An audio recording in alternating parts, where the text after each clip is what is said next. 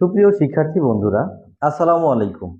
আপনারা বোর্ডে যে প্রশ্নটা দেখতে পাচ্ছেন, সেই প্রশ্নটি চাকরি বাকরির পরীক্ষাতে অত্যন্ত গুরুত্বপূর্ণ একটি প্রশ্ন। বিসিএস সহ বিভিন্ন চাকরির পরীক্ষাতে প্রশ্নটি ঘুরিয়ে ফিরিয়ে বারবার আসে। প্রশ্নটি হচ্ছে, পরপর তিনটি সংখ্যার গুণফল 120 হলে তাদের যোগফল কত? এই প্রশ্নটির সমাধান কিভাবে করা যায় এবং সেটা খুব সহজ করেই কিভাবে করা যায় আমরা সেটা বোঝার চেষ্টা করব। আসুন আমরা সমাধান করার চেষ্টা করি। এরকম প্রশ্ন যদি আপনাদের কোনো পরীক্ষাতে আসে, সেক্ষেত্রে যেহেতু এমসিকিউ পরীক্ষা, আমরা লিখিত নিয়মে যাব না, আমরা শর্টকাটে কিভাবে সমাধান করা যায় সেটার চেষ্টা করব। তিনটি সংখ্যার গুণফল যেটা দেওয়া থাকবে সেই সংখ্যা নিয়েই আমরা একটু গবেষণা করব। 120 হচ্ছে তিনটি সংখ্যার গুণফল এবং সংখ্যা তিনটি পরপর তিনটি সংখ্যা অর্থাৎ ক্রমিক সংখ্যা। তো এই 120 কে আমরা মৌলিক উৎপাদকে বিশ্লেষণ করার চেষ্টা করব। 120 কে 2 দিয়ে ভাগ করা যায়, 60 হয়।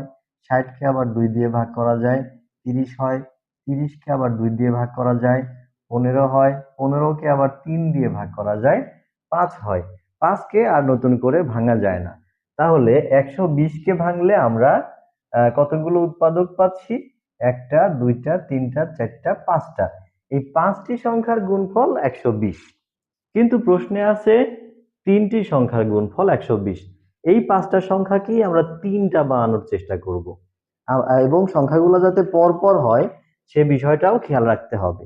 আমরা যদি হিসাব করি যে এই দুটা মিলে একটা বানাই, এই দুটা মিলে একটা বানাই, এই দুটা মিলে যদি একটা বানাই, দুই দুগুণে 4।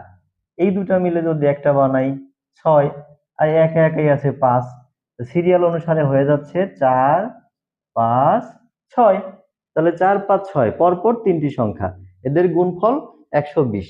এখন এদের যোগফল কত? 5, 4, 9, 6, 15। এর যোগফল হচ্ছে 15। খুব সহজ না?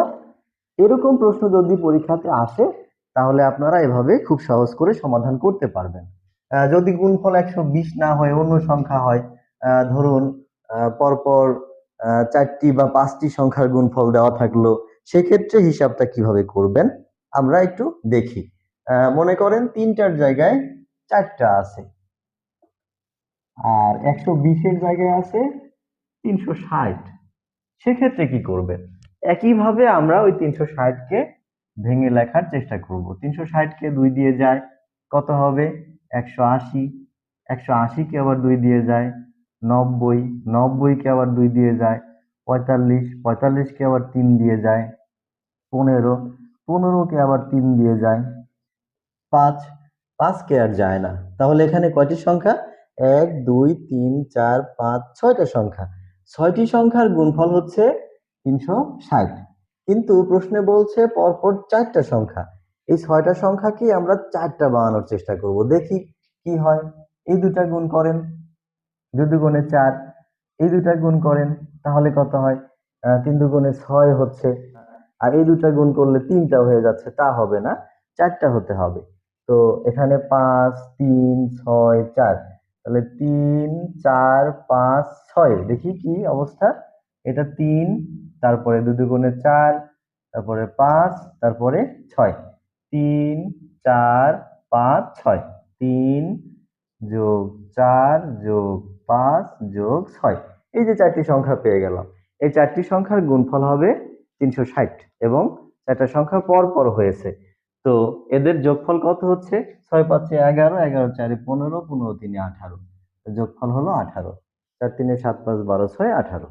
তো এইভাবে যে কোনো সংখ্যা থাকলে আপনারা ওই সংখ্যাটাকে বিশ্লেষণ করে কয়টা সংখ্যা পান দেখবেন এবং সেই সংখ্যা থেকেই যতগুলো দরকার ততগুলো বানানোর চেষ্টা করবেন।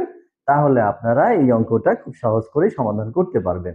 আশা করি আমার এই পদ্ধতি আপনাদের ভালো লেগেছে। তো অন্য একদিন অন্য কোনো ভিডিওতে দেখা হবে। সে পর্যন্ত ভালো থাকবেন। আসসালামু আলাইকুম।